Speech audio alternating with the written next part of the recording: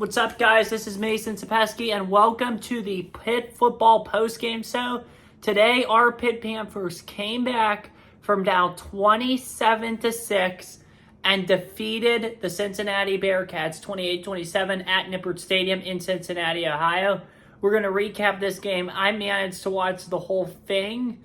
Unfortunately, at times, it was very rough. However, the end result is the result we wanted, and I felt like we deserved. So, definitely interesting, that's for sure. Got some college football games on now in the background. It's the one sport that you can never, ever get away from. I mean, it's truly a special sport. So, got some games on here right now. They're just sending the Notre Dame upset highlights. How about that? Virginia's leading Wake Forest right now, and that's what they're showing. Tennessee's being NC State, and Nebraska's being Colorado. So definitely interesting there. But let's talk about our PITT Panthers. So when we stopped them on the first drive, I was feeling really good because last year when we played Cincinnati, we got the ball first. Jurkovec went free and out. Kiner had that big run. Cincinnati scored a touchdown, went up 7-0. From that minute on, and it looks like Virginia got the ball back, and Virginia's going to beat Wake Forest. That's huge for sure because we play Virginia on November the 9th. So that's interesting. That's for sure. Virginia's going to move to 2-0 just like us. So, wow. But anyway, though, back to the main gist of things. Last year, we fell behind 7-0. And that's where I developed that philosophy. You always want to defer the ball, get a stop, then score, because especially when you're on the road. This is for when you're on the road. Because that takes so much life out of the crowd, as it did with Pitt that day. And that's the game we lost. So I was very disappointed when Holstein threw the pick. Because that could have been huge for us. Then later on, since he scored a touchdown, making it 7-0. Then Saul's got a field goal, making it 7-3. The Bearcats then jumped out to a 14-3 lead. Then it went to 20. Then it went to 17-3, and then Saul's got a field goal to end the half, making it 17-6. Definitely interesting, that's for sure. But then we had some momentum at halftime and couldn't use it at all. Cincinnati gets the ball back, and guess what Cincinnati does? Scores a touchdown, making it 24-6. In fact, at one point, this game was even 27-6. I had about had it at that point, and I was ready to change the channel to the Penn State game because Penn State was in a close one with Bowling Green, which they ultimately ended up winning. However, thank goodness I didn't, because that's when we got some life. Conta Mumfield got a touchdown, making it 27-13. Stopped Cincinnati. Got another touchdown. I think it was Mumfield again, making it 27-19. We're back in it. Then comes a decision that I was not a fan of. It was 27-19, and Narduzzi decides to go for 2. We almost get it, but we don't.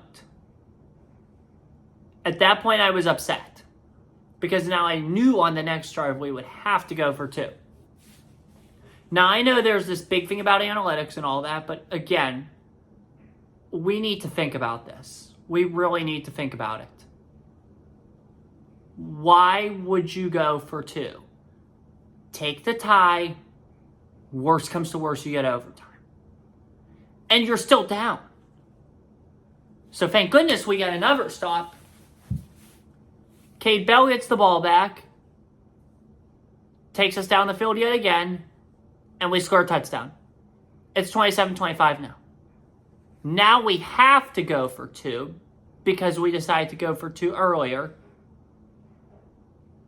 They rush us like a herd of wild animals, and they get to Holstein. So now Cincinnati has the chance to put it away. Cincinnati fouls. Thank goodness Pitt gets the ball back. It's third down. We don't get it. but Cincinnati commits a penalty. Guess what? We got a first down. And then we drive the field. Cade Bell's offense worked. It was very successful here. And we were able to get into range for Sauls on a big play. And Sauls makes it. And we win the game 28-27. Cade Bell is the best thing, I think, that's happened to this team since Kenny Pickett. There's no doubt about that. If you look at the decade, 2020s, Roaring 20s, the 2020s version of the Roaring 20s, there are the two best things that happened to Pitt football: Kenny Pickett and Cade Bell. Without Cade Bell, we would not have won this game. I'll tell you that right now. He's one of the only offensive coordinators, if not the only offensive coordinator, that could have won us this game. So, because of his style. So it's awesome that we have an effective offense now that does good. And for all you guys that were crazy about Holstein, why not? I mean, he's still better than Yarnell, I think. I get it. You want to play Yarnell. But look, if we would have played Yarnell, we may not. If we would have played him, we may not have won this game. It's about winning football games in 2024. You can't just toss the season away in week 2. It's week 2. You need to get 6 wins to get a bowl game. Once you get 6 wins, you're 6-4, 6-5. You do whatever you want. That's when you test the young kids. When you know you have a bowl and you know your season's going to go anywhere. Or when you're 3-8 or whatever. You don't do that crap early. Like, who just tosses the season in week 2? I know Florida fans, they want to toss the season because they don't like their head coach. And their schedule is not the easiest in the world either. So I don't blame them. But you still have to at least give it a go. It's not looking pretty, but they're still going to give it a go. So why don't we still give it a go? And we did. And I was reading a tweet that said Eli Holstein's just like Christian Bayer. No, he's not. He's much better. He is an elite quarterback. You're not seeing that right now, but someday, very soon, you will. He is on a bridge right now between very good and elite. If this portable charger is the bridge, very good is here, great is here, elite is here. He is right here. He'll be great at the end of this season, and then in 2025, I expect him to be elite, and he's going to be amazing. This is the future quarterback of the Panthers. So don't give up on him too early. You know who else is very... Obviously, I said Cade Bell. I was a little disappointed, though, that Bartholomew didn't get a lot of targets today, but I don't know what the ordeal was there. The defense needs to be better. There's no doubt about it. I was thrilled with how the defense played at the very end. They played great in the fourth quarter. But again, this is the same thing that happened last year. Cincinnati's a young team. Cincinnati's an average team. They are not built like a team like Clemson or Alabama that could just like blow you out, keep demolishing you. Young teams that don't have a lot of depth like that, they wear down quickly. And that's what Cincinnati did. There's a reason Cincinnati won 3-9 last year. There's a reason people are calling for the head coach. Oh, Wake Forest just got a catch here. This is interesting. There's a reason people are calling for the coach's job in Cincinnati. It's because the program right now is not where it needs to be. And there's no doubt about that among Cincinnati fans. Now, granted, believe it or not, I am not a Cincinnati hater. I really am not. I'd like to see them get a bowl game. I don't want to see them be like real elite because they are some of our rivals, but I wouldn't mind seeing them get a bowl game. So, yeah, I mean, that's all I have to say about that. It was just, I'm so happy we got this win.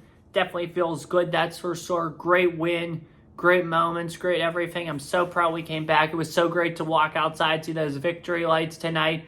We worked hard. We earned this one. We sacrificed it all at the end. It paid off. I'm thrilled. Next week is the Backyard Brawl. We better be raring to go. WVU beat Albany today, 49-14. It's going to be a great game. It's going to be a close game. It's going to come down to the wire. I cannot wait for the Backyard Brawl, and I cannot wait to start filming for the Backyard Brawl. That's all I have for this one. It's going to be a tight one next week. We'll talk more. Enjoy this one. 2-0, 2 wins down, 4 wins to go. Obviously, the goals are much higher and should be much higher for this team than just getting a bowl game. But after last year, getting those 6 wins in a bowl game would be a great stepping stone for this program to get back to where we were in 2021 and go a little further and win that national championship. That's all I have. Have a good one. Take care. Stay safe. And as always, peace. See you in the Backyard Brawl.